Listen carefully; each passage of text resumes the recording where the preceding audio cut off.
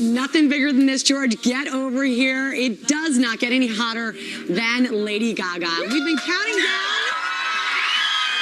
We have been counting down all morning long, all week long for that matter, to the exclusive world premiere of Gaga's brand new music video for Applause, the first single off her new album, Art Pop, officially out today. It's already #1 in dozens of countries. Congratulations. And we're going to see it exclusively in just a moment. But first, we want to catch up with you. Hello. Hi. Greetings to Gaga. Welcome back. Thank you look fantastic. You look lovely. I love the look. You pulled up in that vintage Cadillac. Yes. And you were old world glamour. Thank you. I can't believe I was in an Eldorado. I never would have dreamed. The first question, we've all been wondering, how are you feeling with the hip? I was reading, it was actually quite serious. I didn't know you actually broke your hip. I know. We didn't know, actually.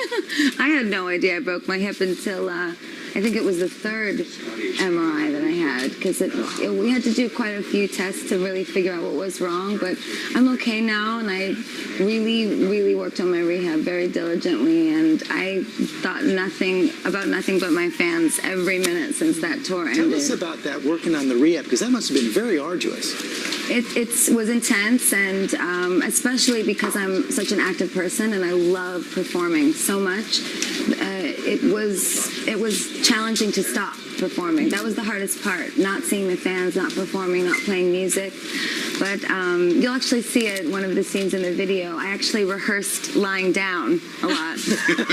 I did. I couldn't help myself. I used to just I would play the song, and I would just do the choreography on my back and visualize the fans, and I thought of them every second. We did 99 shows on the Born This Way ball, and I guess my accident sort of happened 20 shows before it was over. So it had to be incredibly painful. They have not taken one moment not to think of you. They are pressed up against the glass all around Times Square, and they're very glad to have you back, as are we. Now, when I look at this, and I look at the new look, and we see the image on Applause.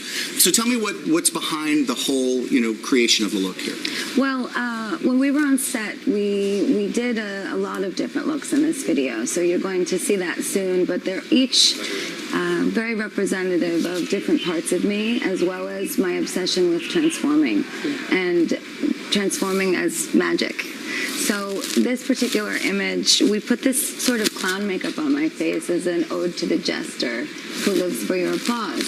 And as I was performing on the set, I started to feel really emotional and sad because I hadn't seen my fans for a long time. And it's very different performing for a camera than performing for 50,000 people. It feels different, and I truly miss them. So I took my hands and I smudged the makeup down my face like tears, and I began to cry while I was singing I Live for the Applause. And what I mean is not that I live for attention, but I live for making you happy.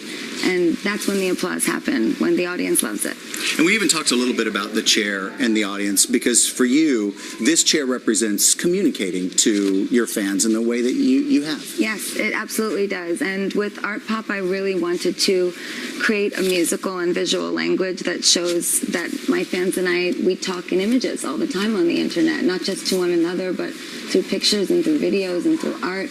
On littlemonsters.com, which is a social media site that we built dedicated to Little Monsters, I talk to them constantly. And this chair is really indicative of what I want to say with this campaign. I'm not just a musician, I'm also a creative mind. How did being forced not to perform for some time, how did that change your creative process?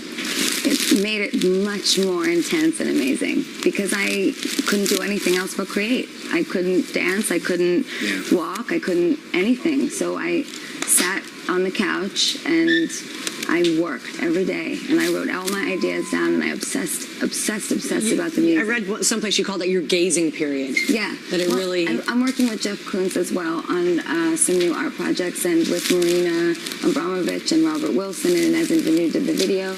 And Jeff, when he talks about art, I literally just, I sit there like this and fan myself. I mean, wow, he's so incredible. But the gazing ball is something that he's used in his work and in his previous, most recent exhibition at the Gagosian. And he talks about looking into the gazing ball and really having this transcendent experience where, with your creativity. I can't wait to see what comes out of that transcendent experience. It's going to be in a few minutes. You got to get up to the roof. I do. So we're going to Yeah. go up to our next piece Is there a right now. A lot more Lady Gaga.